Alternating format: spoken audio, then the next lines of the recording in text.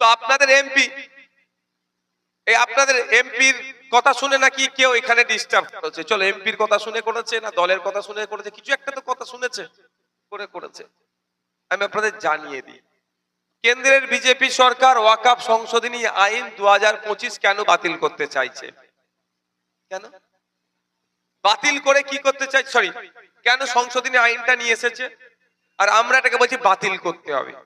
বাতিল করতে গেলে মাঠে ময়দানে এই ধরনের প্রতিবাদ করতে হবে, আর আইনি লড়াই সুপ্রিম কোর্টে করতে হবে, এ রাস্তা।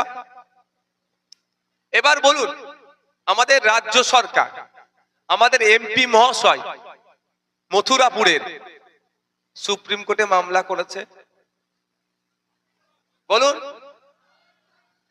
আজকে যারা এই রক্তদান শিবিরকে ভুলণ্ডিত করার চেষ্টা করছিল, তাদের আব্বার কবরটা, তাদের আম্মার কবরটা, তাদের দাদু দাদির কবরটা, তাদের নানা নানির কবরটা সুরক্ষিত যাতে থাকে, বিজেপি আইন করে না কেড়ে নিতে পারে, তার জন্য তাদের এমপি কিন্তু মামলা করেনি, এই নওশাদ সিদ্দিকী মামলা করেছে, তাদেরকে জানিয়ে দেবে। এখনো তার বাপের কবরের ওপরে মদের ফ্যাক্টরি হয়নি, তার বাপের কবরের ওপরে বুলডোজার চলেনি, তার বাপের কবরের ওপরে জুতো সেলাইয়ের কারখানা হয়নি, কোন এমপির জন্য আটকে থাকেনি নওশাদ সিদ্দিকীদের মতো কিছু করা মানুষের মামলাতে। বলবেন তুমি তো নওশাদ ভাইজানের রক্তদান শিবিরকে আটকাতে চেষ্টা করলে, আটকাতে তো পারলে না, যার কথা শুনে করলে সে কি তোমার বাপের কবরটা বাঁচানোর জন্য কোনো পদক্ষেপ নিয়েছে? নেয়নি। তুমি যার রক্তদান শিবিরটা আটকানোর চেষ্টা করলে, সেই নওশাদ সিদ্দিকী সুপ্রিম কোর্টে গিয়ে তোমার বাপের কবরটা যাতে সুরক্ষিত থাকে তার জন্য মামলা করে এসেছে, তোমার এমপি করেনি।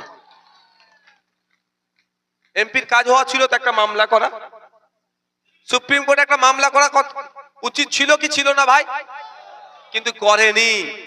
আর আজকে যারা আমাদেরকে খারাপ ভাষায় কথা বলছে, আমাদেরকে মিথ্যাভাবে আক্রমণ করছে, ভাষাগত আক্রমণ করছে, আমরা আমাদের মতো গুটি কয়েক মানুষ তার বাপ দাদার কবরটাকে এখনো ঠিকঠাক রাখতে আইনি লড়াই করছে।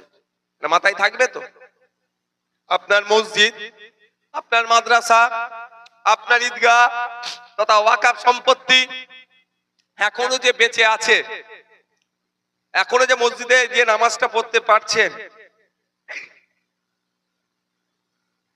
এখনো যে ঈদগাহটা আছে, ওই ওয়াকফ সম্পত্তিটা আছে, এটা